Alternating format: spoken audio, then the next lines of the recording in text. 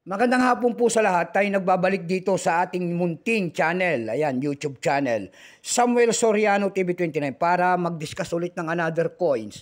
At ito po ay ating hilig, mangulikta ng barya. Kaya ho tayo nandito nagsiselling ng kanilang mga halaga para malaman natin ang kanilang mga presyo. At isa naman tayong kolektor. Ayan, magandang hapon po sa lahat ng ating mga kolektor. Kung may smatis po, ayan. Kung sa kayong dako ng mundo po, keep safe po sa lahat and God bless. Maraming salamat din sa lahat ng aking mga subscriber dito sa aking munting channel. Ayan. Thank you so much sa inyo. Ayan. Yun naman po hindi pa po nakapag-subscribe dito sa aking YouTube channel. Anyayahan ko lang sana kayo at malaking bagay na po o tulong sa akin ang inyong gagawin tulad ng pagpindot sana ng ating subscribe button, like and share para ma-update ko kayo sa mga latest ko pang gagawin mga video po. Mayroon na naman tayong pag-uusapang barya at ito po ay old coins, lumang barya. Ayan, makikita nyo po ang isang imahe ng isang lalaki nakaharap po sa kaliwang bahagi. Malapit sa kanyang baba ang kanyang pangalan. Siya po ang dakila nating bayani na si Andres Bonifacio in the year 1994 in the Mint Mart. Pagkatalikod naman makikita natin ang imahe ng isang 2 pesos po at isang coconut. Ayan. Isa pong nyog. Ayan. Kilalang nyog. Ayan. Ang scientific ng nyog na yan ay nakikita nyo po, Cocos nocifera, napakaano pang barya. Maganda pa. Ayan, maganda pa. Bago tayo magsimula sa ating talakayan, ayan, kilalanin mo muna natin siya para makita natin ang kanyang presyo. Issue po, Philippines po. Period Republic 1946 up to date po. Type nito standard circulation coins years. 1991 hanggang 1994. Value nito 2 pesos po. Ayan, small type po ito. Ayan, ito po yung kanyang malaki.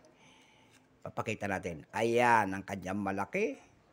Ito po yung kanyang maliit. Pagkatalikod naman natin, makikita natin, ayan, ang parehas po na nyog. Year and then sukat po ang pagkakaibahan. And then materialis po ang kanilang pinagkaiba.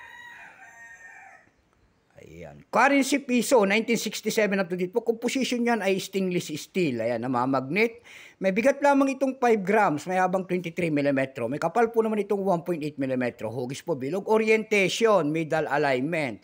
Itinigil naman ang paggamit sa barya na ito ng Pilipinas noong January 2, 1998. Number N-2459. Reference number KM-258. Siya po si Andres Bonifacio, ang dakila nating bayani.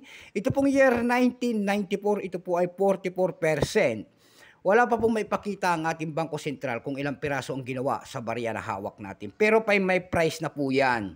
Doon sa ating numista, binigyan na po ng presyo ng ating mga kolektor. Yung kanyang very fine ay 32, extra fine ay 32, almost uncirculated ay 56. Uncirculated nito ay 56 pesos din. Dako tayo sa kanyang presyo, ayan.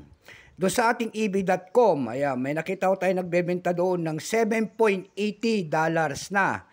Nasundan po yan ng $6. And then mayroon pa tayo nakita doon na 436 pesos. Dako tayo sa Carousel PH. Ayan. Sa Carousel PH, mayroon tayo nakita doon nagbebenta nito ng 250 pesos per piece. Mayroon na rin tayo nakita doon na 200 pesos. And then pinakamalit po ay 180 pesos. Ayan lamang po ang ating may babahagi po sa bariyang ito kung yan ang kanyang presyo. Keep safe po sa lahat and God bless.